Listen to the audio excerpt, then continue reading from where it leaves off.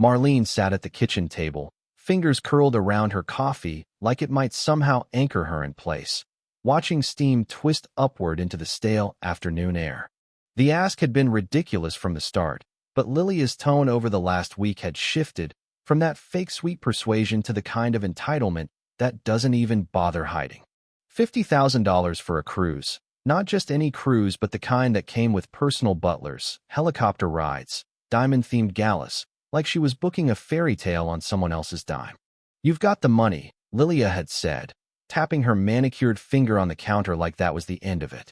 Marlene didn't deny she had savings, but they were her cushion, her backup plan. Her small insurance after decades of double shifts, raising David alone, helping him buy this very house.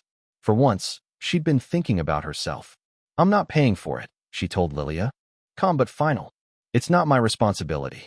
The silence after was sharp, brittle, and then came that laugh. Short, mean, the kind that makes your skin crawl, before Lilia snapped.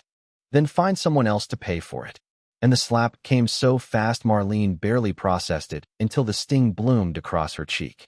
David walked in just in time to see her stumble back. She waited for him to step between them, to say this wasn't okay. Instead, he frowned like she was the problem. "Mom, you know how important this trip is to her." That night, her suitcase sat outside her bedroom door. David mumbled something about avoiding tension. She stared at the leather handle, feeling the floor tilt under her. 5 years ago, she'd helped put down nearly half the payment on this house, thinking it was where she'd belong in her later years. Now, the home still smelled faintly of her cooking, but somehow had no room for her. 2 hours later, she was in her Corolla, duffel on the passenger seat, the rest of her life stuffed in the trunk. She parked at the marina where the smell of brine and diesel hung in the air. The hum of the distant highway her only company. The first morning in the car was the worst, brushing her teeth in a gas station sink, eyes fixed anywhere but the mirror. Nursing a single coffee in the supermarket cafe for hours just to have a place to sit. 3 days in, drizzle tapped the windshield while joggers passed. And she remembered bringing David here for ice cream when he was little, pointing out yachts and making up names for them, wondering now if maybe she'd made him too comfortable, too sure she'd always be there to give. On the 8th morning, a knock on the glass jolted her awake. A man in a navy windbreaker stood there, silver at the temples, smiling like he half believed what he was seeing. Marlene? Marlene Peterson. It took her a moment. James Morrison, the boy who once taught her to sail, who kissed her under the pier during a summer storm decades ago. Life had swept them in different directions, but here he was. "What are you doing here?" he asked. She gave the smallest, rawest truth. "Just between places." Breakfast at a harbor diner was filled with his stories of captaining ships and building Morrison Maritime, a cruise line now on the rise. When she told him her story in pieces, the refusal, the slap, the eviction, his jaw tightened. "You don't deserve that. And you're not sleeping in that car another night." She tried to decline, but he cut her off. "You've always been the most capable, graceful person I know. I could use someone like you. We're expanding. I need a VP of guest services." "That's you." That night, she lay in a small guest cabin aboard one of his ships, unsure if she could say yes, but lighter than she'd felt in weeks. Within days, she was shadowing James, learning itineraries, staff rotations. The art of making guests feel spoiled without letting them turn monstrous. It came naturally. She anticipated problems, suggested touches that made people feel seen. And every evening, she and James walked the deck, sharing stories and silences that carried more weight than either admitted. Weeks later, she moved into a waterfront apartment, her savings still largely untouched. Her first official day as VP came with a crisp uniform, a badge, and the kind of quiet authority born from years of being overlooked. She handled dining snafus, missing luggage, even medical scares with steady grace. James watched her sometimes with a smile that was half pride, half something else. Then came the passenger manifest for an upcoming voyage. 2 names stopped her cold, David and Lilia Peterson. Penthouse deck, starboard side. The exact cruise Lilia had demanded from her. The day they boarded, Marlene greeted them with the same smooth warmth she gave every guest. "Welcome aboard the Sea Star. I'll be overseeing your stay personally." Lilia blinked, searching for words that wouldn't come. David just looked small. For the first days, Tension hung like fog. Lilia's smile was brittle. David avoided her eyes. At the captain's dinner, Lilia tried her little dig. Quite the career change, from couch surfing to this. Marlene didn't miss a beat. From living in my car, actually, and now to co-owning this vessel. Life has a way of turning tides. The table went quiet just long enough for her to excuse herself. The next morning, Lilia's spa complaint landed on Marlene's desk, a demand for a refund because her treatment had been shortened.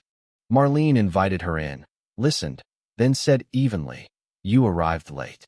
My staff did the best they could. I won't be issuing a refund, but I will arrange another appointment if you arrive on time." The silence after was thick enough to cut. Lilia left without another word, and by the afternoon the story had traveled through the crew. On the final night, James raised a glass in the observation lounge. Marlene Peterson, Vice President, my business partner, and the heart of Morrison Maritime. Applause rippled through the room. Across the crowd, David and Lilia's expressions froze. Later, David approached her quietly on deck. "Mom, I didn't realize." She met his eyes. "You didn't want to." Her voice softened but didn't bend. "I'm not here to punish you. I just found my place, and it's not in your shadow." When the Sea Star docked the next morning, she stood beside James, watching the skyline rise. From a Corolla to the co-owner of a luxury fleet. From being cast out to welcoming them aboard under her rules. The tide had turned. And maybe this was only the beginning. Life will strip away what you thought was permanent, but sometimes it clears the view to a horizon you never imagined. Dignity isn't handed to you, it's carried inside, no matter who tries to take it. So tell me, if you were in Marlene's place, would you have welcomed them aboard or left them standing on the dock? The Sea Star's engines were still humming when Marlene stepped back into her office that afternoon, the applause from the night before still echoing somewhere in the back of her mind. She'd learned long ago that public praise is a double-edged thing, warm on the skin, but it can draw eyes you'd rather not feel on you. Sure enough, by the time she checked her messages, but to put the whole thing to bed on her terms. When she walked into the suite, Lilia was already at the dining table, a flute of champagne sweating in her hand. The ocean outside was dark and endless, broken only by the white rush of the ship's wake. "I suppose you think you've won," Lilia said, not looking up at first. Marlene leaned lightly against the doorway. "This isn't a game, Lilia, and I'm not playing." Lilia's eyes finally met hers, sharp, searching, but whatever she expected to find wasn't there. "David's been quiet since we boarded," she said. "He keeps defending you." There was a faint tremor in her voice, though she masked it quickly. "You've turned him against me." Marlene almost laughed, but instead she stepped forward, resting her hands on the back of a chair. "If David's seeing things differently, that's between him and himself.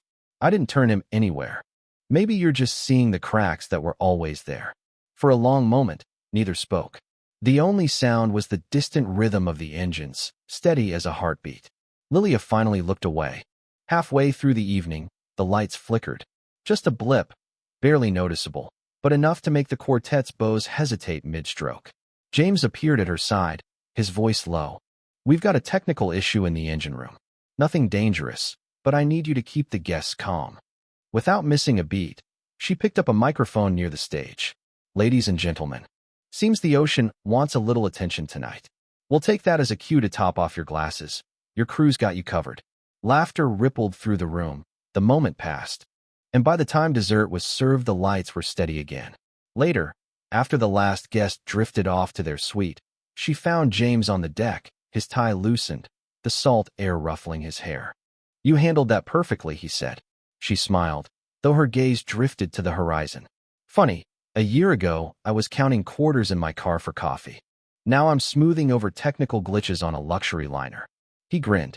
"You were always steering something. You just didn't have the right ship yet." The voyage ended 2 days later under a clear morning sky. Passengers disembarked in waves, the pier bustling with porters and taxis. Marlene stood near the gangway, offering farewells. Her tone warm, but steady. When David and Lilia approached, Lilia gave a curt nod, nothing more. David hesitated, then said quietly, "If you're ever in town, maybe we could talk."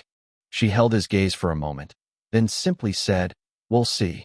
As the last guests vanished into the city, James joined her, the Sea Star towering behind them. You ready for the next one? He asked. She glanced at the ship, at the sun catching the gold letters of its name, at the water stretching out like an open road. More than ready, she said. And maybe somewhere in that salt-lit air, there was a truth she hadn't wanted to admit. This wasn't just survival anymore. This was hers. So here's the thing. If you were standing where Marlene was,